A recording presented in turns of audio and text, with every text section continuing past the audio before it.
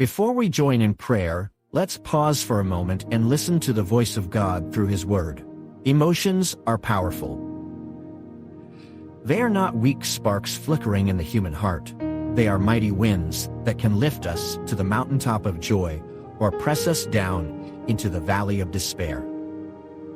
Have you ever felt them rise like waves so high that your heart overflowed with tears of happiness? And at other times, haven't they weighed upon you so heavily that words failed and silence became your only expression? Still, there are moments when emotion burns like fire, fueling determination, driving men and women to labor tirelessly until they fulfill their calling. Yes, emotions can inspire greatness, but the same emotions, if twisted or mismanaged, can chain a soul in darkness. They can poison thoughts, distort decisions, and even whelm the body. How many people today unknowingly carry bitterness, envy, or sorrow like hidden burdens for years, until their health falters and their spirit feels broken? The Word of God has always told us the truth about this. Proverbs 14:30 declares, "A heart at peace gives life to the body, but envy rots the bones." Do you see it? Envy is not only the shallow desire to have what belongs to someone else. No, it is far more dangerous. It is resentment, jealousy, and discontent all bound together like a heavy chain. And God warns us that such emotions will not stay hidden forever. They corrode on the inside until they show outwardly, draining joy, strength, and even life itself. Another sobering warning is found in Hebrews 12:14-15. "Pursue peace with all people, and holiness, without which no one will see the Lord, looking carefully lest anyone fall short of the grace of God, lest any root of bitterness springing up cause trouble, and by this many become defiled." Notice this carefully. The Word does not only warn us about bitterness itself, it speaks of the root of bitterness. Roots are unseen, hidden beneath the surface, silently spreading. And by the time the fruit appears, anger, resentment, cynicism, the root has already been at work. That is why God calls us to deal with it early, before it grows too deep. Because if the root is not torn out, it will bear fruit that harms the one who carries it, and it will spill over to infect families, friendships, even whole communities. And let's be honest, life gives plenty of soil for those roots, doesn't it? Every human being knows the sting of betrayal, the ache of loss, the injustice of being wronged, the weight of disappointment. These wounds become the enemy's opportunity to plant seeds of bitterness. But the gospel is clear: bitterness must not remain. We cannot let it dig deep. It must be surrendered to Christ and uprooted by His Spirit. Only then can the heart truly live in freedom.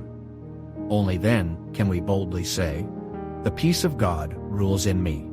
For the same Jesus who carried our sins to the cross is the very one who bore our sorrows. In Him our emotions, whether joy, grief, or righteous passion, find their rightful place. So as we prepare to pray, let me ask you, is there a root of envy in your heart? A trace of bitterness? A hidden wound left untended? Don't ignore it. Bring it before the Lord right now, because only He can heal what lies beneath the surface. Only He can give you the heart of peace that brings life. The earliest stage of bitterness is when it is still just a seed. And do you know what God has given us as the weapon to uproot that seed before it grows? Forgiveness. Forgiveness is not pretending the wrong never happened. It is not excusing sinful behavior. No, true forgiveness is a choice, a surrender. It is placing the offense into the hands of God and refusing to let it rule over your heart. Forgiveness is not weakness. It is freedom. And that freedom is not only for the one who is forgiven, but also for the one who chooses to forgive. Isn't that amazing? This is why prayer is so important. We must cry out for the Lord to heal the wounds, to restore peace, to soften our hearts when bitterness tries to harden them. We must pray for the grace to let go quickly and completely, because if we hold on even a little too long, won't the enemy use that foothold against us?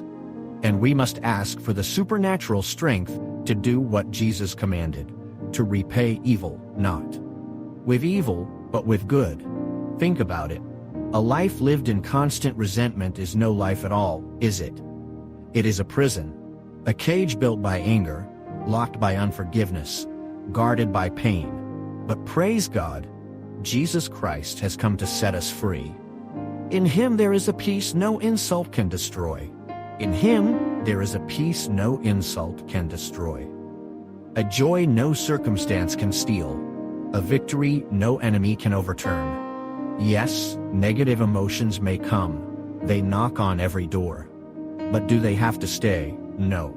The Spirit of God enables believers to rise above offense, to bless those who curse them, to pray for those who mistreat them, and to walk in love, even toward those who do not deserve it. This is not natural strength. It is supernatural grace, and that grace is available to every child of God who asks. The peace of God is not weak or passive. It is strong, it is living, it is active protection for the heart. Scripture teaches us clearly, if we are going to guard that peace, then we must reject bitterness, envy, and resentment before they ever take root. Because make no mistake, the enemy is always looking for soil. He plants seeds of offense, hoping to weaken our faith, divide our relationships, and destroy unity. But praise be to God, His word is our shield. His promises remind us of who we are in Christ, and they keep our calling clear, to live in His love. And here's something we must understand. Forgiveness is rarely a one-time act. Sometimes the same wound rises again, sometimes the same offense stings again. But every time it rises, forgiveness must rise higher. With each choice to forgive, the chains grow weaker and the heart grows freer. The devil's strategy is to keep people stuck in endless cycles of anger, retaliation, and pain. But God's strategy, to lead His children into peace, freedom, and abundant life. This is why believers must remain watchful. When resentment creeps in, we must surrender it to God at once. When envy whispers its lies, we must silence it with thanksgiving. When bitterness tries to push its roots deep, we must cut it away with truth and love. This is not just survival, it is victory. And the one who walks in forgiveness will not only enjoy peace within, but will also shine the very heart of Christ to the world around them. What a testimony, what a calling, to forgive as Christ forgave us, to love as He loved us. That is true freedom. And that, my friend, is the life we are invited to live. The testimony of God's power is this: He heals, He restores, and He makes all things new. In the end, holding on to bitterness costs far more than letting it go, doesn't it? It costs peace, it costs joy, it costs health and closeness with God Himself. But choosing to forgive, it opens the door to release, to restoration, to renewed strength. So, do not allow toxic emotions to govern your life. Guard your heart. Uproot bitterness at the very first sign. Let your life be rooted, not in resentment, but in the love of Christ. Because when the love of God is the root, the fruit will always be peace, joy, and life in abundance. Now, let's take a moment to pray together. Dear Lord, I come before you today with a heart in need of your touch. I need your grace to cover me, to hold me, to renew me. You see every part of me, Lord, every wound, every scar, every unspoken thought. Nothing about me is hidden from you. And yet you love me completely. Father, I pray that your grace would rest upon me right now. I bring my hurts before you. You know the pain of betrayal, Lord, because you too were betrayed by those closest to you. I think of the moments when I trusted and was let down, when I opened my heart only to have it wounded.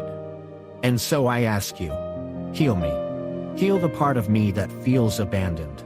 Remind me that you will never leave me, that you will never turn your back on me. No matter who walks away, you remain. Lord, I also bring before you the pain of words spoken against me.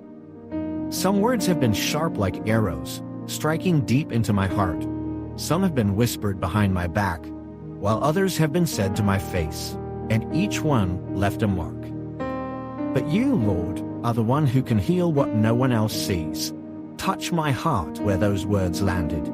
Touch my mind where those words replay over and over. Break their power, Lord, and replace them with your truth.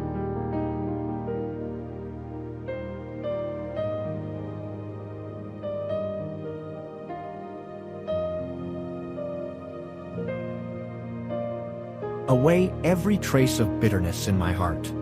Let there be no malice, no resentment, no jealousy, no hate inside of me. I don't want those things to have any place in my life. Instead, fill me with your love, the kind of love that reflects your heart. Fill me so completely that what flows out of me is kindness, patience, and mercy, even toward those who have hurt me. Lord Jesus, heal every wound, whether it was caused by an enemy, a stranger, a friend, or even someone I deeply love. You know the cuts that run deepest. You know the places I try to hide, but I ask you, shine your light into those hidden places. Restore my heart. Make me whole again. Teach me, Lord, to love as you loved, to forgive as you forgave, to bless even those who curse me, and to walk in freedom, not in chains. I declare today that I will not live in the prison of resentment, but I will live in the freedom of your grace. Thank you, Jesus, that what you begin, you finish. You that your love never fails, and thank you that in you, I have peace that cannot be taken, joy that cannot be stolen, and victory that can never be overturned. Amen. Amen. There are days when the weight of betrayal feels heavier than any stone I could carry. Memories of cruel words echo in the quiet, and wounds of rejection whisper that I am unwanted. But then, Lord, your word comes like a light in the darkness, reminding me of what true love really is. Your word teaches in 1 Corinthians 13:4-8. Love suffers long and is kind. Love does not envy. Love does not parade itself, is not puffed up, does not behave rudely, does not seek its own, is not provoked, thinks no evil, does not rejoice in iniquity, but rejoices in the truth, bears all things, believes all things, hopes all things, endures all things. Love never fails. O Lord, I want this kind of love, not just for those who embrace me, but for those who misunderstand me, those who oppose me, even those who wish me harm. For what good is love, if it is only given to the ones who love back? No, your love calls me deeper, so I ask, give me the grace to love when it feels impossible. Let my response be grace, even when I receive cruelty. Let my words remain gentle, even when others speak harshly. Let my heart stay pure, no matter what is said or done against me. For every wound of betrayal I still carry, I ask for your healing. For every moment of rejection that cut me deep, I ask for restoration. Lord, I bring you the pain I've held too long, the memories that left me broken, the heaviness I thought I could never release. Heal my ears from the cruelty of words I once believed. Heal my mind from lies that have lingered too long. Heal my heart from burdens that made me weary. To the part of me that feels low and defeated, speak life, Lord. Breathe hope into the ashes. Lift me when I am bowed down. Let your joy rise within me like the morning sun, scattering every shadow. Replace my heaviness with praise. Replace my fear with faith. Uproot from me every root of bitterness. Pull out every weed of resentment. Tear away every toxic memory that keeps me chained to yesterday. Give me the strength to let go, even when it's hard. Give me the grace to forgive, even when my feelings resist. Remind me that forgiveness is the road to freedom and love is the path to peace. Your word in Romans 12:9-12 says, love must be sincere. Hate what is evil. Cling to what is good. Be devoted to one another in love. Honor one another above yourselves. Never be lacking in zeal, but keep your spiritual fervor, serving the Lord. Be joyful in hope, patient in affliction, faithful in prayer. Yes, Lord. Teach me to love sincerely. Teach me to hate what is evil, but never let hatred live inside me. Teach me to cling to what is good, to honor others, to serve with zeal, and to stay faithful in prayer. When people misunderstand me, may love remain. When others oppose me, may love endure. When bitterness tempts me, may love prevail. And when pain rises again, may your spirit remind me, love never fails. So here I am, Lord, my wounds, my past, my broken pieces, all surrendered to you. Heal me, fill me, and make me a vessel of your unfailing love. There are moments when life feels so heavy that even breathing takes effort. The weight of worry, the sting of wounds, and the shadows of yesterday's mistakes try to whisper, "You won't make it." But, beloved child of God, there's a greater voice, one that speaks hope into the darkest night. The Word reminds us, "Be joyful in hope, patient in affliction, and faithful in prayer." And this is not a shallow hope, not blind patience, not empty words. This is the kind of strength that comes from knowing that the blood of Jesus has already covered you. That your heart is shielded, your mind is guarded, and your soul is secure in His hands. Yes, the enemy may try to remind you of the past, but let this truth echo louder. You are healed. You are loved. You are victorious in Christ. So today, lift your eyes. Choose to release the pain. Choose to forgive. Choose to walk in love. And most of all, choose to trust Him with your heart, your life, and your future. Because the one who holds every tear you've cried is the same one who is restoring you right now. Let's pray. Lord, help me live this out. Keep my love pure. Teach me to cling to what is good. Give me humility, passion, and endurance. Cover me in your blood, protect me from the enemy's lies, and root me deeply in your truth. I release my pain, I forgive, I choose love, and I trust you with everything. In the powerful, beautiful, precious name of Jesus, I pray. Amen. If this prayer speaks to your heart, type Amen as your declaration of faith. And if you need a special prayer, let us know in the comments. We would be honored to pray for you. May the grace and peace of our Lord Jesus Christ be with you always.